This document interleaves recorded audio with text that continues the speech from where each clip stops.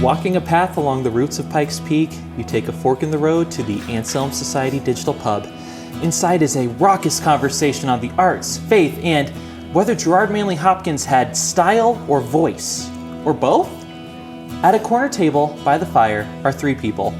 One of them is arguing that Hopkins had great diction and syntax, which is different from voice for reasons.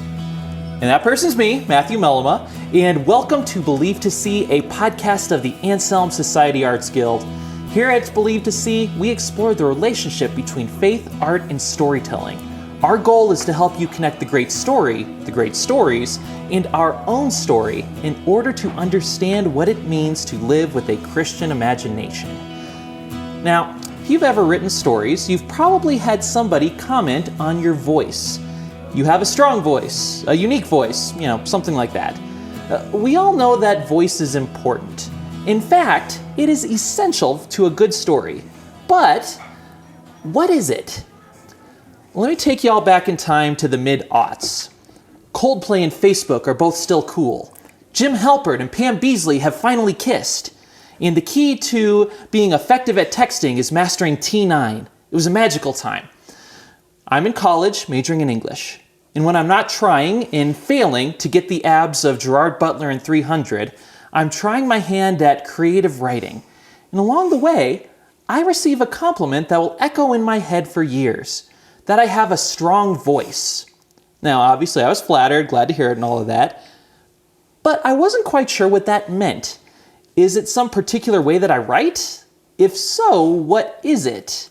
How can I get better at it? How could I make sure I didn't mess it up in the future?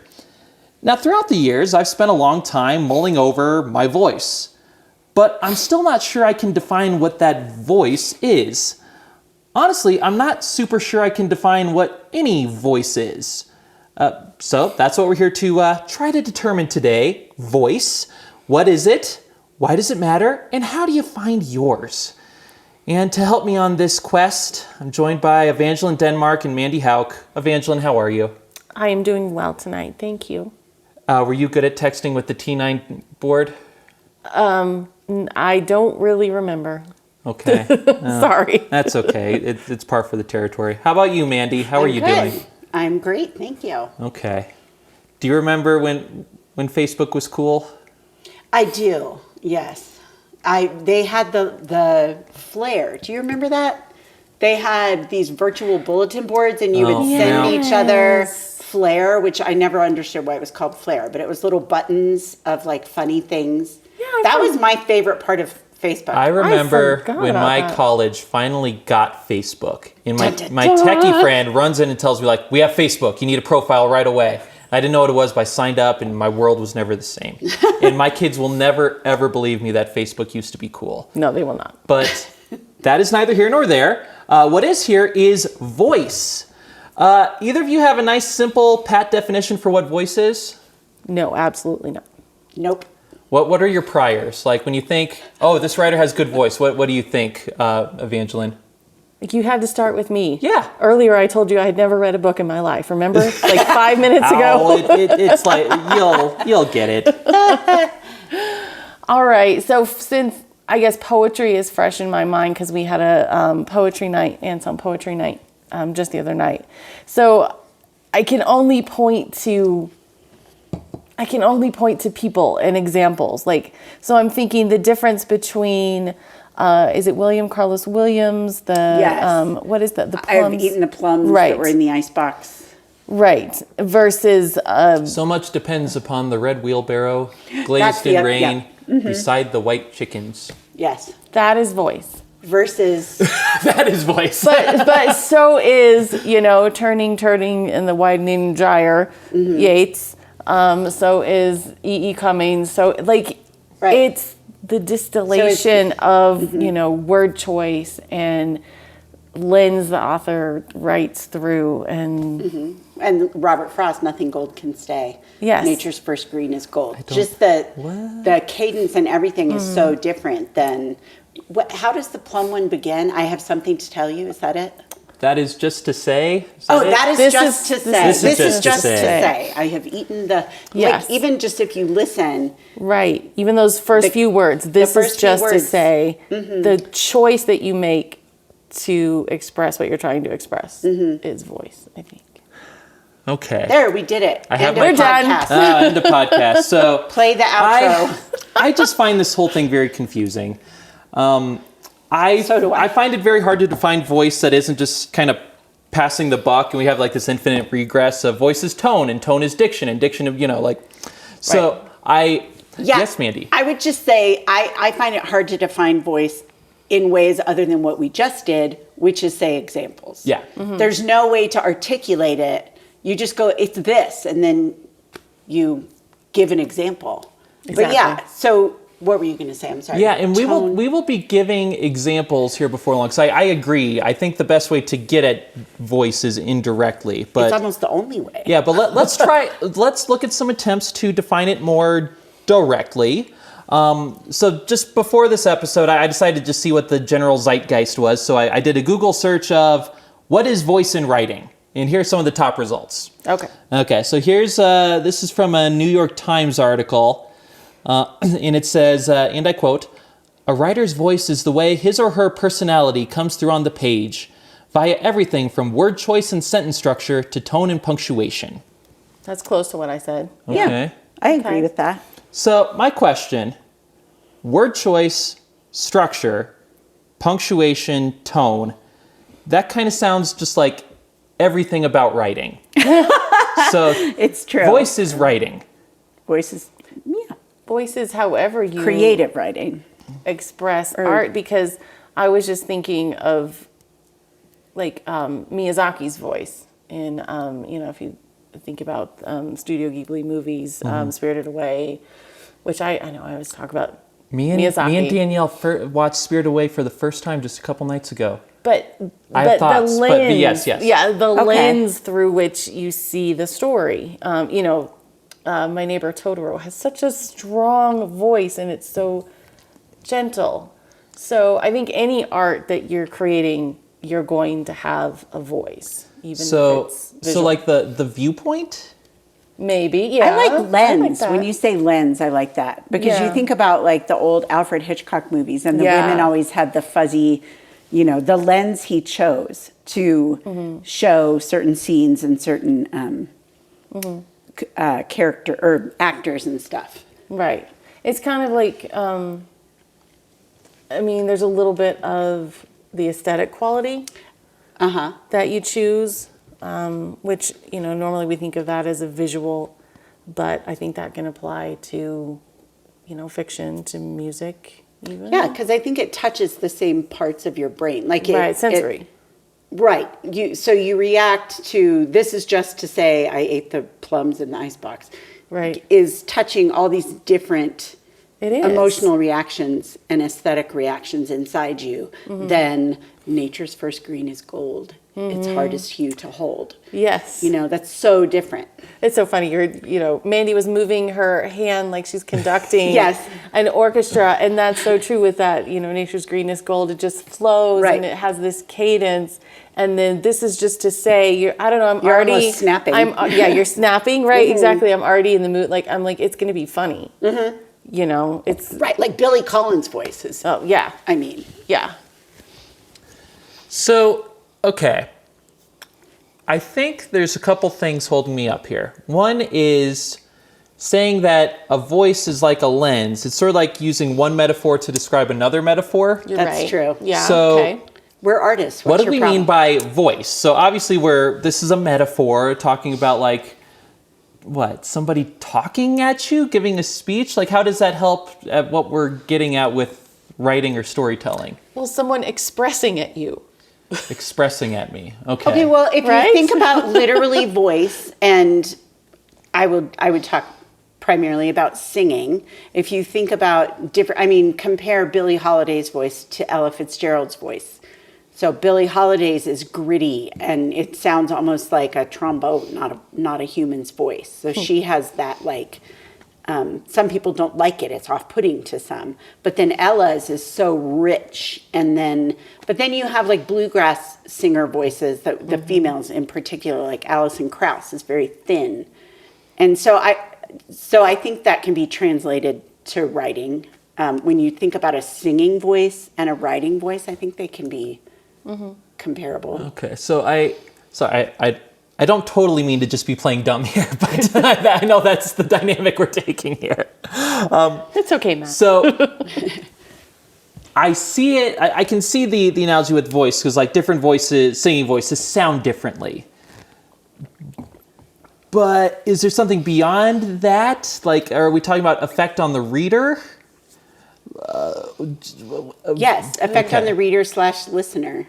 Okay. That's a good question, though, because, I mean, when you're creating something, you have an audience in mind and, you know, a desired effect, but you can't really, I mean, anybody who's had anyone else read anything that they've written knows that sometimes people you just don't connect. Correct. You just, and they just miss it. So, yeah, so it's harder than just the reader's interpretation. And I think it gets even more difficult when we try to really drill down, like, hey, what is it that makes voice? How do you, as a writer, determine your voice? Here's another resource I found. It's from some university.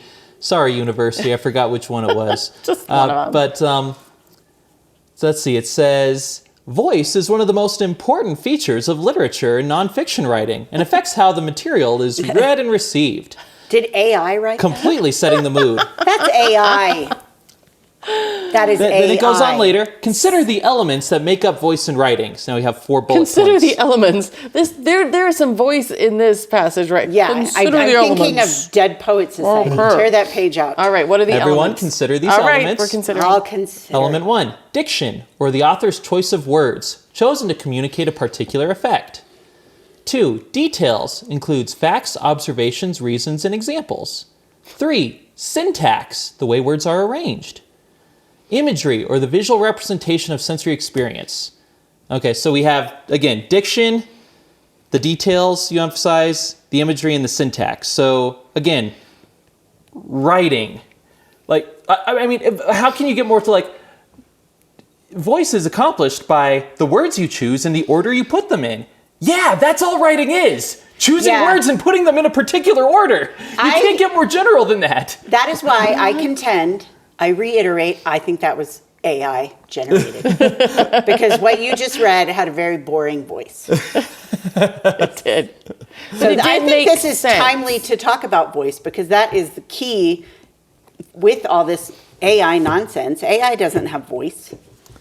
No, it has imitation. Well, not yet, but yeah, That's we'll another see. that is a I know. future podcast. Right. All right, so let's try a different definition. I think we all agree that random university, that was an unsatisfactory one. AI My university. degree is from Random University. So now let's go. Here's an article written by someone named Brittany Levy from the Writing Cooperative. And again, I found this just by doing a basic Google search. The title is Writer's Voice, What It Is and How to Find Yours. So let me first of all say to Brittany Levy, I mean no disrespect to you. This is a hard topic, and while I do not find your particular argument convincing, I did find it illuminating. Okay, so she starts off, what's the writer's voice? First, I'll tell you what it isn't. It's not the writer's style. I have a lot to unpack there. Okay. It's not their technique. It's not their brand. Okay, so let's start with style. How is voice different from style? Do you agree with that? And second, if you do agree, how is voice different from style? Well, style could be part of voice. You have my brain all jumbled up. How would we define style? Like, what do you even, I think style might be even harder to define than voice. Okay, here I think I can infer here that Brittany Levy would say style has to do only with wording, grammar, and structure. Okay. The voice goes beyond it in ways. Ways.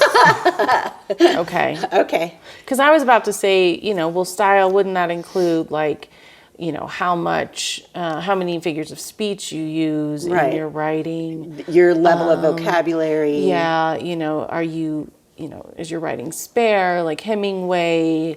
Is it lush? Like Faulkner. Yeah. Right.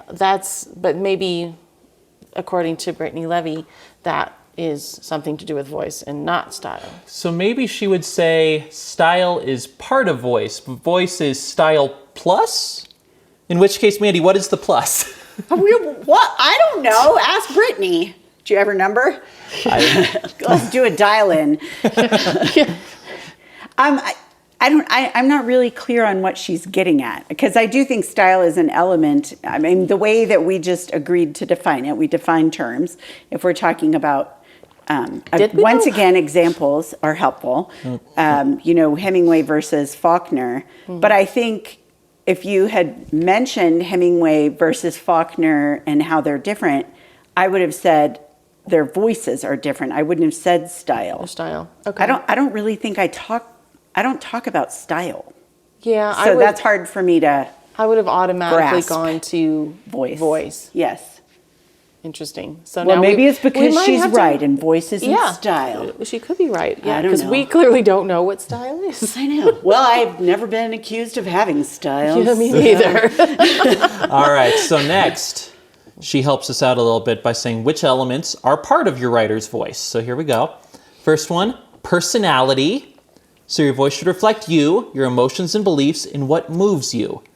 Okay, how do we feel about that? My problem with that is are we just talking nonfiction here? Because when I'm writing about different characters, my personality is not coming through. Well, that's interesting because I think it's easier for voice to come out in, I think that the easiest method for it to come out is like in creative nonfiction, right? So it's just you Probably. giving a personal essay. Well, I don't know. Well, but you could also you could see it in lesser, you can definitely see it in fiction too, but it's going to look different. If you're saying voice is personality, then yes. But I don't think I agree with that, is my point. So like with your writing, you oftentimes have multiple viewpoint characters, right? Yes, and that's why I'm saying your like, style or tone or whatever. what is my voice? It's going to change based on the characters, right? Well, but then is that my author's voice? Those are my characters' voices. I don't know. I wouldn't say that's your author's Well, then what voice. is? So you do. So then we are saying maybe voice is more of a creative nonfiction No. thing. No. No, Then what's my voice? because I wouldn't assign, like, for instance, dialect. If you chose to do a character with dialect, I wouldn't say, oh, that's Mandy's author's voice because she's from this, Right. I would. I am not an more old hobo assign- that likes Shakespeare. You're not That's what? I'm not an old hobo that likes Shakespeare. That's my favorite character in my book. Yes, but I am You not are that. definitively not that. I am not. I do like Shakespeare. But that's about it. Yes. I'm getting old. But like your voice is bigger than that. So in that way, the sort of like syntax and word choice kind of falls apart because if an author is deliberately, putting a certain spin on a character, then you can't really say that that's their so voice. the voice- But the broader effort of the whole work, the story. So you It's would more say like that a voice. even if when Mandy's like switching between characters who use different words, arrange their words differently, you would say that Mandy would have some voice that undergirds everything. Yes. What is that? I would say I hear myself obviously when I'm writing third person. When I'm writing like omniscient or third person, even if it's narrow POV, I can come out more. And so, so that's actually kind of why I prefer doing first person because I don't feel like my readers can get to know the characters as well if I'm the one narrating. I would say, in answer to Matt's question, it's the underlyingness Yeah. of it would So be the choices. maybe your intention. Okay. Okay, so now let's get things even more complicated. Let's do it. Again, I'm ready. Brittany Levy, again, you made a valiant effort. Just because I don't agree with you doesn't mean it's a bad article. but I can't wrap my head around this at all. She says the next element of voice, so we just talked about personality as an element of voice. Next is tone. How is voice different from tone? They're even both using musical metaphors. Yeah, I hard disagree on that. Evangeline, can you find any light between those two? Or are they just synonyms? Is this just a hat on a hat?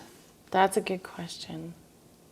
I'll have to think about that a little bit more. I mean, because I think the same author could write two different works with different tones, but the same voice. Oh, you know what? You are right, actually. No, you're 100% correct, because there are certain authors, a lot of authors write pretty similar books, but then there are certain authors, one of my favorites is Colson Whitehead, and everything he writes is different. Like, but you know it's him. It's still him somehow. It's sort of like a band where, like Switchfoot is a really good example of a band where you always know it's them, but you also always know which song you're hearing.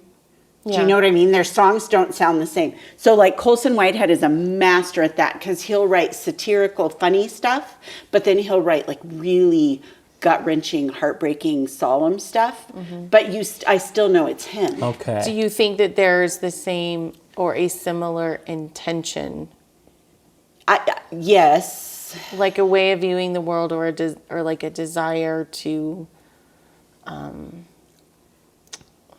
illuminate or to drive towards. Yeah, I would say that goal. his writing, regardless of what genre he's writing in, it's very hard-hitting and powerful. And no, those aren't really the right words. It's more like edgy and like it makes you uncomfortable until you like sink in to what he's saying. Does that make sense? Like you surrender, or Yes, you're like, yes. okay, I'm gonna. So he kind of makes you uncomfortable. Like, so he has a very authoritative tone, regardless of whether he's writing humor, satire, drama, whatever. And he has, there's a word I can't think of right now, but yeah, I remember I told someone, like, when I'm reading a Colson Whitehead book, I feel like I'm safe in his hands. Like, I trust him. Yeah, so you're like, I'm willing to be uncomfortable in this. Yeah, because he knows what he's doing. He knows where he's going. You Right. sense the fact that he has a direction, Yeah. and he has a sharp, like, I can't think of the words, but this That's is why I interesting. write. I have time to sit at the keyboard. know. Dang it. I really like I really like that, the way that you phrase that you're safe. Yes. In his story. Because he's so competent, but that's such a lame word. And you also Skilled, just feel yeah. his absolute passion for writing.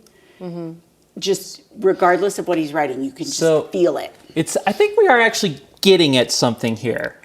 So sounds like you think that for an author with that voice, even if they're writing from a different character's point of view, a character would use different words, different word order, or if they're doing different tones, like one's satirical, one's playful, one's dark, one's ironic, you'd still be able to identify something connecting it all. Yes. Okay. Yeah. Okay, we're getting there. We're approaching. Next one. Okay. Another element of writing is rhythm. I don't think this one. I think this is one of those things that's not like the other. Because that seems more associate, like rhythm is an important element of writing. Yeah. But that seems in the category of like diction and syntax, right? It's sort of like the building blocks. Okay, but wait a minute. Isn't that kind of what we were talking about when we were comparing William Carlos Joseph and Robert Frost? Isn't it William Carlos Williams? William Carlos Williams. Like, who's Joseph? But yeah, Sorry. Yes, you're correct. So yeah, so I do think I of his names are the apologize. same. I apologize to I don't know Brittany how Levy. I did that. I apologize to Brittany Levy for Well, I apologize giving to a William sloppy Carlos Williams. critique. Okay. But I think what I mean is rhythm is a part of voice, but I don't feel it belongs on this sort of level of generality on her. Like voice is these three things. It's. I don't really understand her methodology. Like, Well, and let's all say it. Sorry, So this is a Brittany. tough concept to get Let's at. hope too, she doesn't so. listen. And we didn't read the article, so we're just kind of Yeah, going we're- off, You don't like, trust me reading a few random passages and wrenching them out of context?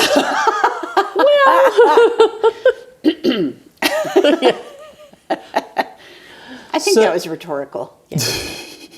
So here's a final point that she wants to make here, in that she thinks that a voice is sort of non-transferable.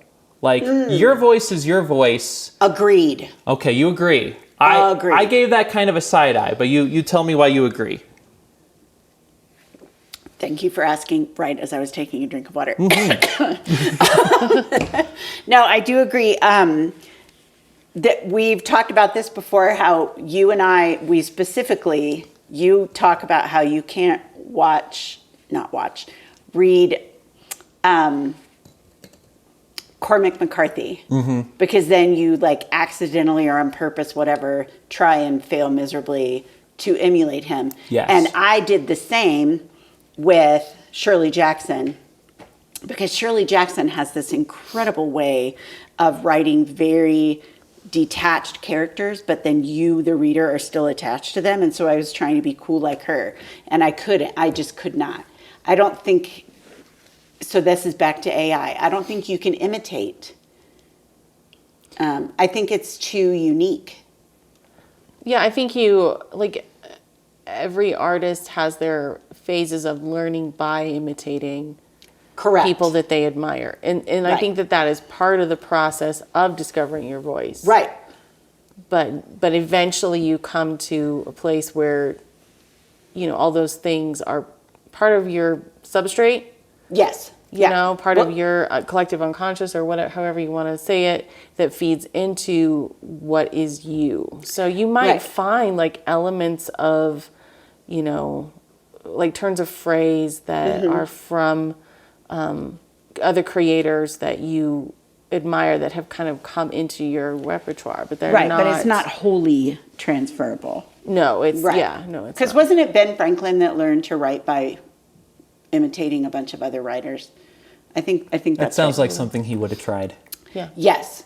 And so I think that's important, but that's how you find your actual voice. The one that's really yours. Yes. Yeah, but I think it's an important part of the process for Agreed. Yeah. Anyone wanting to become good at their art form. Yeah, the attempt is Yes, key. It is. Right. But I'm just saying that I don't think it's Transferable. to try to do it and trick someone into thinking that it was someone else. Now, I just reminded myself of that movie, whose name I'm not going to remember. Melissa McCarthy was in it, and it was a true story. Talk amongst yourselves while I try to remember. Melissa Oh, McCarthy. goodness. I can't even. Is this the one where she's the identity thief? Yes, she writes all the. No, not that one. Oh. It was a true story about a woman who forged letters, and she was able to imitate the voices so accurately Yes. that she was selling them. Oh, can you ever forgive me is the name of the movie. I don't think I ever saw it. I but now, don't recommend the movie, but it's Okay. a really cool story. Okay. Yeah. Now that you mention it, I remember reading something. No, about but it. look it up and read the story about the real woman, because so I guess I just debunked myself, but she was able to imitate. She wrote whole letters. So when I heard she forged whatever other authors, I thought they just meant handwriting, but no. She pretended she had found this treasure trove of letters from such and such author, like T.S. Eliot, I think. Wow. And she was doing it so well that she was fooling scholars. But that's not But her that's voice. there you go. You're right. It's not her voice. It came back around. Yep. Yeah, so related to that. So yeah, I mean that there is that point where anyone who's ever done ghostwriting, so my wife does ghostwriting for different clients, and part of being a ghostwriter is trying to imitate your client's voice, right? So there is that, but I think Danielle or any ghostwriter would say yeah, that's not my voice though. Yeah. So that part makes sense, but let's look at this possible scenario here. Let's say I'm guessing all of us have been told at some point or another, oh, I like your voice, right? And you're thinking, what does that mean? Yeah, what am I doing right? Right. And then conversely, you can imagine someone who's like a young writer, or they're just getting started, and they're like, do I have a voice? What if I just don't have a voice? Like if it's non-transferable, is it just like I have my voice allotment, either I have it or I don't, or is it something else? I think it definitely can develop. And yeah, I can definitely see starting out and thinking I don't have a voice, especially like I remember the first novel that I wrote was definitely an imitation of an author that I liked. And, obviously that did not go anywhere, but it was part of the process. Correct. And Learning. it was part of me coming to my own voice. So, I think it's valid and it's okay to be starting out and think, well, I don't know what my voice is. That's why the imitation of the masters is a good way to go. And just getting your hours in, So you have a voice. It's not practicing creates a voice. It helps reveal the voice. Yeah, I would Okay. say. Yeah. Okay. So does living. So does getting old. Yes. I recommend it. Yes. So it's sort of like building a muscle. When your arm is all flabby, you can't actually see what your muscle looks like. But then as you work, put in the hours, everything else kind of falls away, hopefully. Working on my arms. You get people. definition. Your word muscles start to show. Yes. Okay. Yeah. Just get word ripped. Yes. Yeah. Okay, well, let's look at some really, really shredded writers here then. So now I think I would like to transition from talking about in the abstract to looking at examples, because I think both of you touched on this earlier, but this seems to be a sort of topic where you can best understand it by giving lots of examples. So I'll start with an author who I think has a very distinct voice, and he has it for reasons I can't totally put my finger on. Which is the best kind of voice. So I'll do Billy Collins. So here's probably his most famous poem, and it's short, so I'll just read the whole thing. Introduction to Poetry. I ask them to take a poem and hold it up to the light like a color slide, or press an ear against its hive. I say drop a mouse into a poem and watch him probe his way out, or walk inside the poem's room and feel the walls for a light switch. I want them to water ski across the surface of a poem, waving at the author's name on the shore. But all they want to do is tie the poem to a chair with rope and torture a confession out of it. They begin beating it with a hose to find out what it really means. Okay, so first of all, I love that poem. Yes. Second, I think you hear a very strong voice there from Billy Collins, but I can't put my finger on why. Any thoughts, Evangeline? Why is Billy Collins good at poetry? Why is he amazing? I don't know. Again, like my first reaction, or the first thing that comes to mind is his word choice. I'm thinking about the mouse probing its way. Like the use of the word probe is so strong and concrete and visual, and and then there's humor, there's tone in there. There's truth, there's intention, what he's trying to get across, it feels like he's winking at you. He is, and he's saying, yeah, enjoy, relax and enjoy. Right. I think his attitude about writing comes through. Yeah. So attitude is part of voice. It must be, yeah. But like going back to what you said about the verb probe, that was something I was always trying to teach when I was teaching creative writing. Verb choices, nouns too, but verb choices can be everything. The fewer adverbs and adjectives you can use, the better.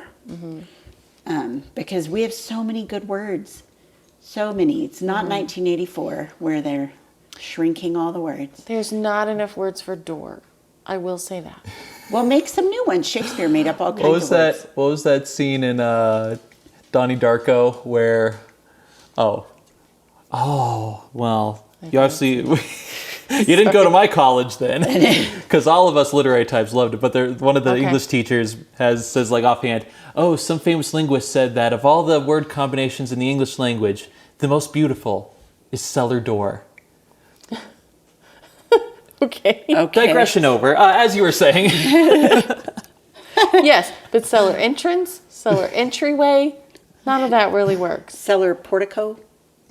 Portico's not exactly a door, though, is it? Oh, sorry. It's like a Yeah, thing over the door. that is true.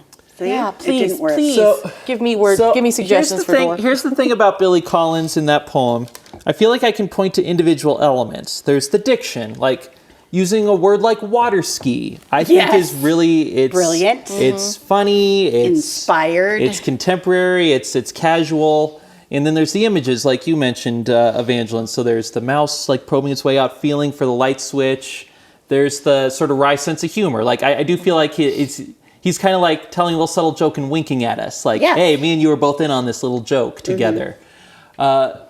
So there's all those different elements. So there's like tone, diction, imagery, but those are all pieces of it, but that's not the whole thing, right? Like they're all different parts of the elephant, but it's not the whole elephant. Right, but I mean, a whole bunch of trees together makes a forest. So Yeah, that's true. Okay, I like how we're It just can sort be of, a we're like collective. we're like lobbing metaphors back and forth at yes, each other. that's what we do. I will say I'm also, perfectly happy. I know. But another, when you were saying that about like the light switch and the water ski, that's another interesting thing, because if archaeologists in the future, if they find that poem, they will know it's not from the 17th century or the 18th. And so maybe that's part of voice too, is because it's rooted in the time in which the author lived. In their life Right. span, in their life experiences. Right. Ooh, we've moved on to another layer. Ooh, So many layers. goes deeper. Strata. Strata upon strata. All right, Evangeline. Ooh, So I word choice. I did Nerds. the repetition, syntax, form, structure. This is rhythms. why I just found out about the band Decemberists 23 years. Oh, I love the absolutely love Decemberists. them. Yeah. Well, that's why the word strata came to mind, because there's one line where he's talking about growing up, January hymn. There's a Oh, that's line a in that good where one. he says he spent his childhood in snow, stuffed in strata of clothes. And I'm like, amen, sir. Thank you. So I just absolutely love the Decemberists, and I'm angry for the 23 years that I didn't know about them. That's funny. I'm catching up. I also recommend June Hymn. It's the time of June year Hymn for is it. my favorite song. Perfect time of year for it. That was my gateway song Oh, there we go. to the Decemberists, was All June right. Hymn. Yes. Anyway, So Evangeline, that their lyricist has a very strong voice too, incidentally, which he is writes yes. he writes children's fantasy books. Oh, really? I did not know Yes, that. he I'll have does. to look that up. Interesting. All right, who is your author with a strong voice? Well, you didn't really tell us we were supposed to come prepared with No, examples. I like to Spring just ambush you. uncomfortable things upon you. So I've been sitting here thinking about that during 2020. Brian Brown, the Anselm director, challenged me to rewrite a passage of a Jane Austen novel, or like a Jane Austen scene, as Emily Bronte. Right. And then he rewrote an The Emily same Bronte scene. scene Oh, that's right. In this style in a of Jane Jane Austen voice. We should read those on a podcast sometime. We should have There story time exists a podcast. video of us somewhere. I think it's on YouTube. Oh, that's funny. Okay. Should you really, really Put desire? it in the show. But I think that was an exercise in imitating voice. And so what I remember, really struck me, and, Brian would cackle at this, was the proper and refined way that Jane Austen wrote versus the what I would call wild Yes. way that Emily Bronte wrote. Like the more. Yes, yeah, and yeah, her aesthetic, her imagery matches her voice, her syntax, whatever. Whereas Jane, everything was so witty. I mean, I will give Yes. her that Well, witty and she is so witty. contained and artistically crafted. Yes. In different ways. I have appreciation and- But for very both. light. Well, Yeah. and also Jane Austen. I was actually doing a list of writers whose voice I liked, and Jane Austen is on there, obviously. I think her attribute. Oh, you are wearing a Jane Austen t-shirt. Yeah, represent. There you Okay. go. Yes. Thank you. Thank you. Her style, yeah, it is opposite than what you'd see for Bronte, because hers is based on irony and understatement, right? As opposed to just sort of going all out, letting your hair down and running through the moors. Hers would be more like witty observation, played comedically for understanding with some irony. And that is very different, but she has a very distinct voice too, for reasons I'm still trying to pin down. So were there specific elements you noticed when you were doing the translation? Well, definitely, Bronte has more run-on sentences, she's more verbose, and the imagery is a little rougher, a little more wild. I would say though that there is intention for both. Even with Austen's witty and often humorous style, there's definitely depth. Oh yeah. To her, to her stories, of course, as there is to Bronte's as well. I feel like I'm like giving Brian talking points, and you too, because you're an Yay! Austen fan too. Team Austen. But We can all like everything. we can. That's what I tell my kids when they're arguing over which superhero's the best. It's like They're all super. pointillism versus just lush, like marks on the campus, or like, I'm not an artist, so I can't think of the word that I'm going for, but just like so You're not much. an artist. You're silly. I'm not a visual artist, is what I mean. Okay. When there's so much on the canvas, there's like a lot of paint, there's a lot of color, there's a lot of, blurred lines on the campus, campus. There's probably blurred lines on the campus. That's a whole other thing. Anyway, bring it back. Right. But Tangent. To your point, I will say, when I was thinking about voice, almost before I wrote any author, I was like, oh, Impressionist painters, like Van Gogh, he has voice. Yes. Yeah, I agree. In a way that's different from style. Like, it's not just his style, right? Although the style is a big Well, and part Van of Gogh it. in particular, like, freaked people out because he put so much paint on. Yeah. So his voice, quote unquote, or whatever, if we're using that for paintings, was very distinct because it departed so much from. And it's like Van Gogh day. and Bronte belong in the same category. Or the same pub table. That'd be amazing. It's But interesting you know what I with. mean? It's true. Yes. The abandon. There's an abandon. Oh, I to like it. that. Yes. Yeah, there's wild abandon, but there's also depth beneath. There's like, It's thinking just of like driven. Kathy's famous scene, to Nellie about Heathcliff being the rock, like she loves Lytton like the foliage, but Heathcliff is the rock beneath. Yeah, there's a foundation there that you're building on, and that you can then be wild and crazy with. Does that make sense? Yeah. So, and I do think for me, just trying to like sort this together in my head, having like bringing in some like different painters helped me sort of get a better view of it. But one of the things that I landed on when I'm thinking of artists or just like people who I think have a strong voice, I landed on.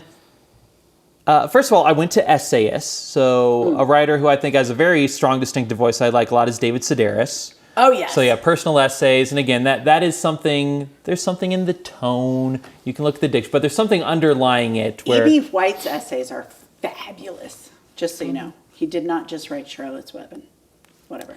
And something about And style. Trumpeter. Oh, What did he Strunk write? and White's Elements of Style. Oh, that is E.B. White. Yeah. Okay. Strunk and. And White. White. He's the White of Yeah, the he's E.B. the White. of the Shrunken Anyway. White. But then that got me going over. It's like, okay, I have two concepts. So I'm going to bridge them, and the bridge is Mark Twain. Oh, Mark okay. Twain. There you go. That's voice, man. That's voice. Mark Twain has a very distinctive voice The for a lot of frogs. reasons, and obviously he will. The frogs. Calaveras County. We need to read that.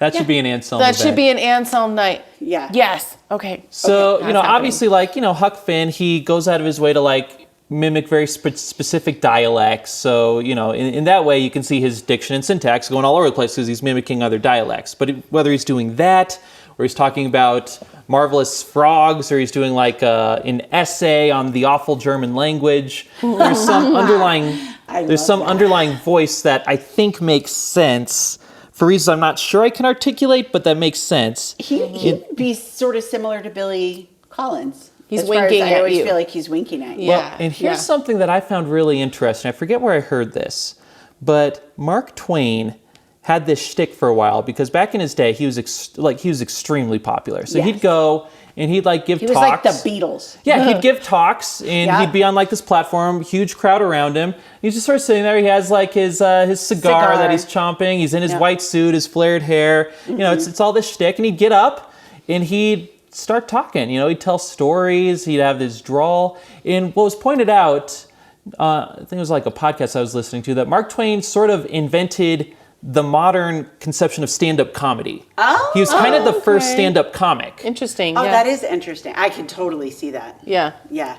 Which is interesting, though, because his life was actually, he went through so many tragedies. He didn't end up in a good place either. No. But you can see this sort of performance aspect to him in his voice. Like, again, regardless of what's going on in his personal life, this voice that he created has it. I think one of the elements of his voice is surprise, because like one of my favorite quotes from him is, "Clothes make the man. Naked people have little to no impact on society." And it's the little to know is the key that makes you know that is Mark Twain. Yes. The little to know. Yeah. It's the finesse. But going, sort of following that line, like the children of Mark Twain, stand-up comics, I think if you're looking for someone with voice, I think if you look to a stand-up comedian, that's probably clear examples of it. Yeah, that's a good point. And part of it is because there's more, it's like multiple medias, right? Media. Because it's not just the written words. It is written words, but it's also the performance aspect. Stephen Wright just wrote a novel.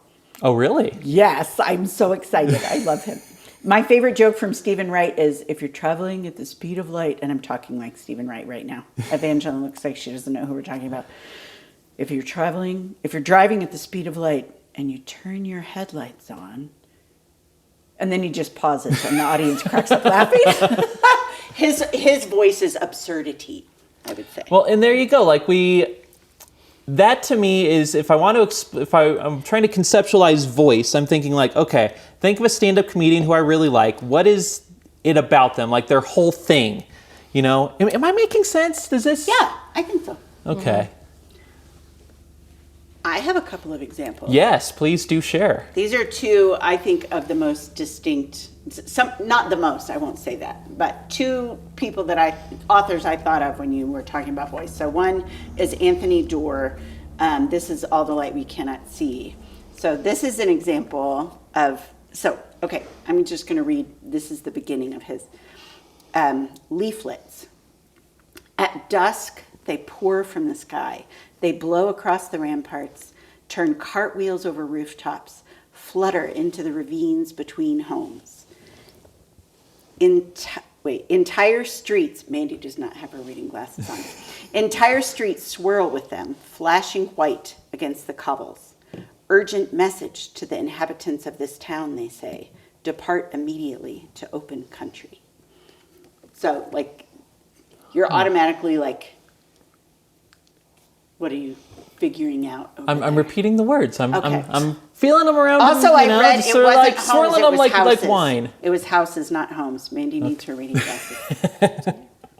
But there you have the verbs that he chose. He chose pour, blow, turn cartwheels, flutter.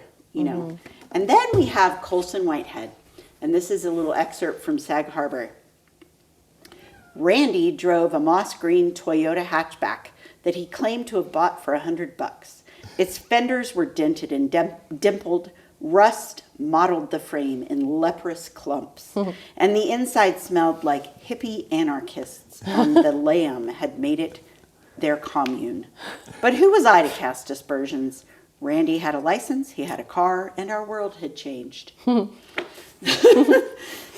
So I think both of those clearly have something to do with the context and the time, because All the Light We Cannot See, Anthony Doerr, that's obviously World War two, yes. But their voices are so different, but I like both of them. And so, And they're both very visual. yes. You get strong images from both of those passages. I did realize as I was reading that Colson Whitehead did use adjectives, but he used really cool ones like leprous. Yeah. I'm not totally against I'm not adjectives. against adjectives. I just, adverbs. if you can find a verb that makes you see, find a noun that makes you see it, or if you can, if you can do it without adverbs and adjectives, Then do it. Yeah. then do. And please don't use two adjectives in a row. Yes. Unless you absolutely have to. Or unless you're very intentionally doing it. Yeah. Yeah. But anyway, nobody would think that was Colson Whitehead if I read that bit from Anthony Dorr, if they were familiar. Yeah. Yeah, and that kind of leads where I'd like this podcast journey to end up is trying to come up with our own definitions. So we talked about, we sort of gave sort of our knee-jerk reactions at the beginning. We went through some examples that, maybe had some points, but I think all of us sort of had issues with the examples we used of trying to define it. Then we went through examples of people with good voice. Correct. Now let's try, I'll start. I was thinking about this, and the words that I landed on is when somebody has good voice, to me it means that they have a command of what they're doing, and they also have a comfort about what they're doing. Oh, I like So the command is like, you just feel like they're in control, you're in good hands, this person knows what they're doing. And the comfort is you feel like they are being something authentically them, like they're not putting on airs. So picture like the way you would lay on a couch in your own home as opposed to somebody else's home. Oh, it's that sort of thing. It's like you feel like you can just be fully yourself there without any airs, but you also feel in control of the matter. That to me that is my best approach at voice. I like that. Yeah. All right. How about you? How about you, Evangeline? I'm going to stick kind of closely with intention and lens. The author's intention with the story, but not just with the story, kind of their driving theme that they kind of keep coming to in their writing. And I'm not being succinct at all, am I? But you're talking about Colson Whitehead's passion. So maybe like the author's passion versus the lens that they allow you to see it through. Yeah. In their work. It's funny, I just realized I'm a very visual person, and so I just realized that when I read Colson Whitehead, it feels like he's standing up. That's interesting. The whole time. Not like rigidly or anything, but he's in command of there's the like room. a stance. Yes, yeah. I think and I didn't have this before we started this podcast, so hey, this podcast was useful. It seems to me that what's really important is where the voice springs from. Rather than thinking about the result, think about from whence it springs. I love it. That was not authentic to Mandy's voice. Okay, Matt is laughing so hard. Okay. I think what voice reveals about an author is how they see the world. Yeah. It's their perspective, which goes back to lens, because they're going to put a lens on their writing that to us it's a lens. To them, that's just their eyes. But we're putting on the lens of their perception. And that's why it feels different to us, is because it's unique to them. And if they do it well, then Yes, Lewis. Lewis is expressing. He's using his voice. Every We good hear your every voice. good pub needs a pub cat. Yes. Yes. But if they do it well, then your viewpoint is opened and you're able to see through someone else's eyes, and that's a creator using voice well. And you know what? That probably is what the discomfort is when I read Colson Whitehead. That's probably what I'm sensing, because he writes about things I don't know. Because he is a black man who writes, and it's not all like, I don't know, he can't help but write as a black man. So his topics aren't necessarily like, his novels aren't all like, hey, racism or anything like that. But it's inherent, and that is his perspective. And so he helps me see, as we're actually the same age, Colson Whitehead and me. And he's won 2 Pulitzers. What have I been doing? Anyway, so when I found out we were the same age, that was really interesting to me, because his perception is so completely different than mine. And it's because he's a city boy, he's a black man, he's a master's in fine arts and creative writing, and I'm a suburban white chick, and so duh. And I mean, maybe that's what reading should be, is to help us see things from other people's perspectives or hear it in their voice. Yes. Well, guys, I think we solved the problem. Right? I think we pretty much nailed it. Let's cheers. Yeah, I'm satisfied. Voice is officially defined as far as I'm concerned now. You're welcome, audience. And as y'all can probably tell, things are winding down at the Anselm Society Digital Pub. The fire is down to embers, the customers are trundling home, and you've polished off your final glass.